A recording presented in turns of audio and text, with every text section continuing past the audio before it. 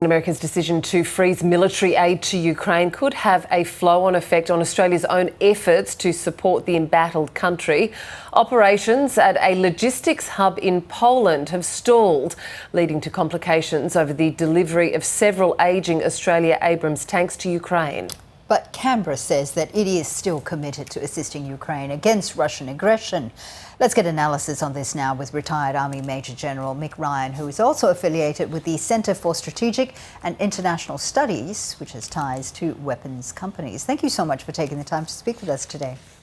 Yes, good morning.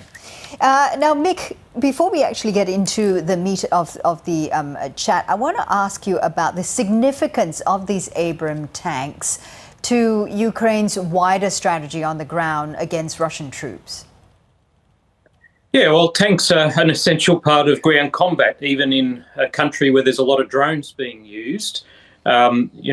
This is a weapon that provides protection and communications for soldiers whilst allowing them to move about in a degree of mobility, especially when it's fairly muddy conditions there at the moment. So these are very important to both sides, and both sides, deploy well over 1,000 tanks each. Now, with these tanks, there are reports that there's a possibility the delivery of these tanks could be paused or could be delayed due to links to the White House as well.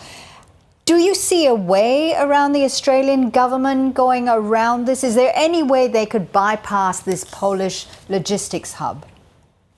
Well, of course, we can just go direct to the Poles. There's lots of ways to get over the border. I've done it multiple times myself.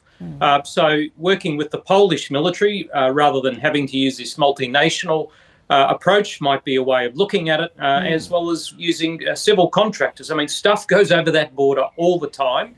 And notwithstanding some of the security considerations of moving these important vehicles, I mean, we just need to be more creative and have a sense of urgency. How would that work in terms of politics and alliances with the United States?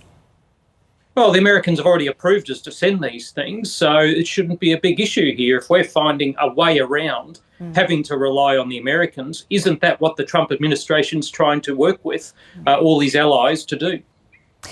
Now, just on a separate matter, an Australian delegation attended the so-called Coalition of the Willing in London to discuss military aid and security for Ukraine. How soon do you think this coalition could actually come to fruition?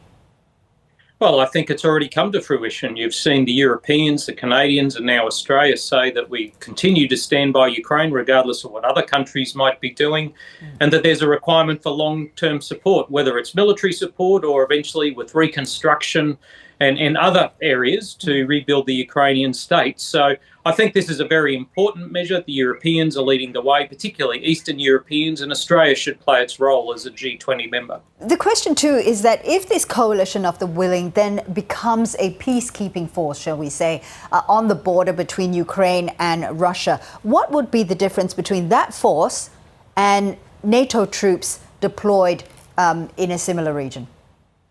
Well, I think there's a long way to go before that happens. We have to see some form of ceasefire, and I don't think that's going to happen anytime soon. And then there would have to be a clear negotiated mandate. But at the end of the day, Ukraine can invite foreign troops onto its soil anytime it wants to. It doesn't need Russia's permission. It may not be peacekeeping troops. It may well be training troops, because the Ukrainians, as they told me just last week, would be keen to have Western trainers based in Ukraine to help them train their own soldiers. Well, delegates from Ukraine and Russia will be meeting in Riyadh on Monday for separate talks with mediators. What's the likelihood that we will see a more successful ceasefire brokered this time round?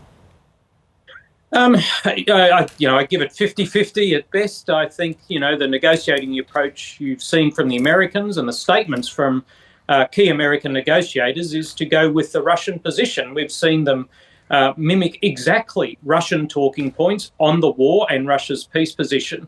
But regardless of what agreement might be reached with Russia, they will not abide by it. They have not abided by any peace agreement in any conflict over many decades. So we can expect the Russians to break it. All right, retired Army Major General Mick Ryan there. Thank you so much for sharing your insights with us. Thank you.